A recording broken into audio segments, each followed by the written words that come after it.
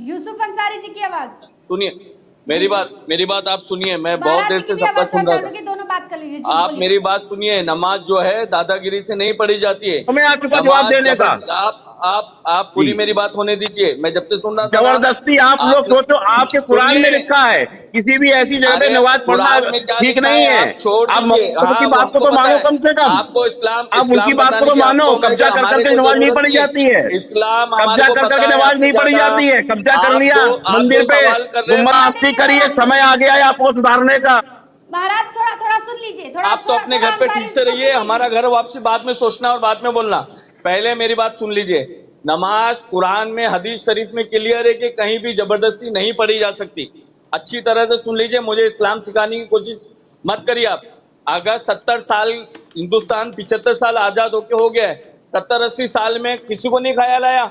और बड़ी शर्म की बात मुझे ये लगती है कि सारे भगवानों को मुसलमानों की दरगाहों पे, मुसलमानों की मस्जिदों पे ये उतारते। ये सिर्फ हिंदू धर्म का नहीं बल्कि हिंदू देवी देवताओं का भी अपमान कर रही है ये मौजूदा हुकूमत। इनको ये नहीं हमारे हम तो वही जा रहे हैं जहाँ विराजे थे हमारे प्रभु। किसी की मस्जिद नहीं तोड़ गए। हमने बनाया या नहीं बनाया ये नहीं बोल रहा हूँ। मैंने बोला कुरान में और हदीस शरीफ में साफ लिखा हुआ है कि नहीं बना सकते, पहली बात। और दूसरी बात ये बोल रहे कि सुनिए पहले मेरी बात सुनिए। आप पूरी बात सुनिए। मैंने आपकी बात सुना, आप खामोशी से बात मेरी सुनिए। मैंने आपकी बात सुना। नहीं पढ़ सकते अवैध जगहों पे दादा। आपने क्या बोला? आपने इतने साल से दादागिरी से नमाज पढ़ी। कौन सा दादा के वहां पे नमाज पढ़ता था? क्या वहां पे दाऊद इब्राहिम जाके नमाज पढ़ता था? आपको ये बात बोलने के लिए जरा हैरत लगती नहीं? आप सीधे साधे मुसलमान को उत्तर प्रदेश में डरा रहे हो, तो क्या पूरे हिंदुस्तान के मुसलमान को आप डरा लोगे? दादागिरी से नमाज नहीं होती है। देखिए देखिए मौलवी साहब, इस पे थोड़ा सा आपकी बातें गलत आ रही है। इस पे आपकी बातें गलत आ रही है। सुन लीजिए। नहीं देखिए, मैं उत्तर प्रदेश से ही हूँ। सुनिए, देखिए नहीं आप सुनिए, आप जो बोले हैं उस पर सुनिए। मैं उत्तर प्रदेश से ही हूँ। ऐसा एक भी मुसलमान बताइए जिसको कि डरा कर नमाज से रोका गया हो। बेशक मैं योगी जी के नीतियों के खिलाफ चलता हूँ। मैं देखिए बेशक योगी जी के नीतियों के मैं खिलाफ हूँ, लेकिन जो चीजें समानताएं हैं उस समानताओं से मैं विरत नहीं जा सकता। मेरी बात सुनिए, मैं बता रहा हूँ ना। मुरादाबाद में कुछ लोग रमजान नहीं आपने मुरादाबाद में सुनिए मेरी बात। मुरादाबाद में अरे आप सुनिए ना, आप सुनिए तो धीरज तो रखिए। मुरादाबाद में घर में नमाज पढ़ने पे योगी के राज में एफआईआर हो गई। मुरादाबाद में वही यूपी में जब बंगला कलकत्ता से बस मैडम एक मिनट बोलने दो। आप एक मिनट बोलने दो। यूसुफ अंसारी जी बोलिए। एक मिनट रुक जाइए। यूसुफ अंसारी जी बोलिए। असद अवैसी और अकबर अवैसी इतने बड़े सत्ता के दलाल है। मैं आपको खुल के बोल रहा हूं। मैं अक्सर सरकारी डिपार्टमेंट में रहता हूं। 2012 में हिंदुओं के भगवान श्री राम के बारे में जब अकबर अवैसी ने बोला था, तो उसके खिलाफ सबसे पहली एफआईआर हमने की थी, मैंने किया था। हमारे इस्लाम के नजदीक दूसरे धर्म वालों का अपमान करना, दूसरे धर्म का टिप्पणी उड़ाना, ये इस्लाम बिल्कुल भी नहीं इजाजत नहीं देता। ये शायद रिजवान भाई बैठे, शायद ये अमाजम पार्टी से या कौन सी भी पार्टी से, मुझे नहीं पता।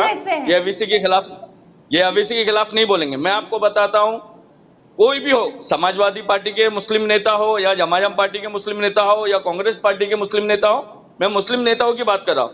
जहां पे अमित शाह, मोदी, योगी, इन्होंने अपने धर्म का इस्तेमाल करके अपने लोगों को गुमराह किया, उसी तरह समाजवादी के, कांग्रेस के, अमाजम के ऐसे नेता जिन्होंने मुस्लिम धर्म का इस्तेमाल करके मुसलमानों का वोट बैंक हासिल करा, मगर मुसलमानों को एजुकेशन के नाम पे, डेवलपमेंट के नाम पे कुछ नहीं दिया। सिर्फ मुसलमानों के दिलो दिमाग में डर डाला हमारे हिंदू भाइयों के खिलाफ। सबसे बड़ा नुकसान हिंदुस्तान में जो पहला हुआ, आपको तो पता है हम हिंदू मुस्लिम एकता के लिए काम करते हैं, हमारी कमेटी एकता के लिए काम करती। सबसे पहला हिंदुस्तान में वादो विवाद धर्म का पैदा हुआ, वो असद अवैसी के छोटे भाई खबीस अकबर अवैसी की वजह से हुआ, जिसने हिंदू देव देवता के बारे में बोला, फिर 15 मिनट बोला, फिर ऐसे विवादित भाषण बोलते गया, जिसकी वजह से हम मुसलमानों को शर्म आने लगी कि ऐसा एक नेता मुसलमानों के दरमियान में जो हिंदुस्तान में हिंदू भाइयों को तकलीफ पहुंचाने की काम करता है। बिल्कुल। राजीव मिश्रा जी। नहीं देखिए, अभी जैसे सैयद साहब ने बोला, अभी आप देखिए यूनुस साहब ने, मैं आपको बोलूं ना, इस तरीके से आपको भी अपने धर्म के जो गलत लोग हैं उन पर आपको टिप्पणी करनी होगी, तब यह एकता जो है हमने एफआईआर करी सर।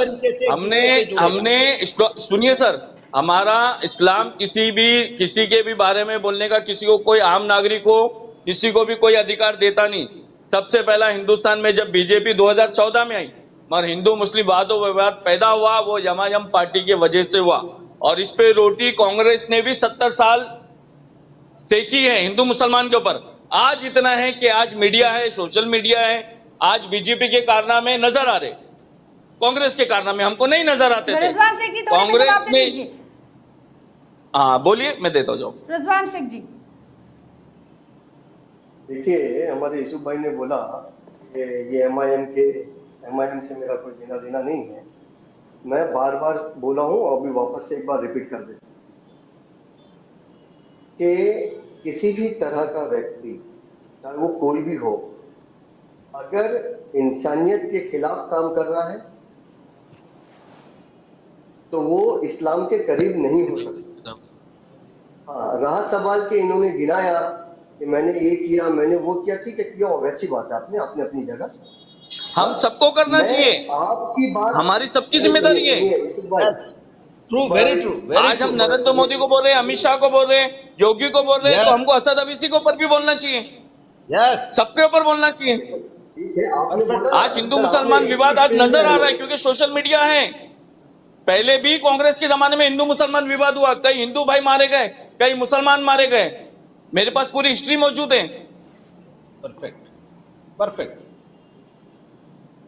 हमको कानूनन कार्रवाई करना चाहिए, योगी आदित्यनाथ के ऊपर भी करना चाहिए तो अकबरुद्दीन अवैसी के ऊपर भी करना चाहिए। हम हिंदुस्तान को इसलिए मानते हैं कि हुजूर अलैहिस्सलातु सलाम ने फरमाया कि इस तरफ हिंद है मुझे वफा की खुशबू आती। हम हिंदुस्तान के संविधान की इज्जत करना चाहिए। हमें कोई अधिकार नहीं है किसी देवी देवता के ऊपर। अगर कोई हमें बोल रहा है कि आपके पूर्वज सनातन थे तो हम उनके ऊपर भी एफआईआर करने की ताकत रखते, मगर अगर कोई उठ के हिंदू देवी देवता का अपमान करता है तो उनके ऊपर भी कार्रवाई करना चाहिए क्योंकि हिंदुस्तान के कायदे कानून से चलेगा, अकबर अवीसी के जैसे दलाल की वजह से नहीं चलेगा।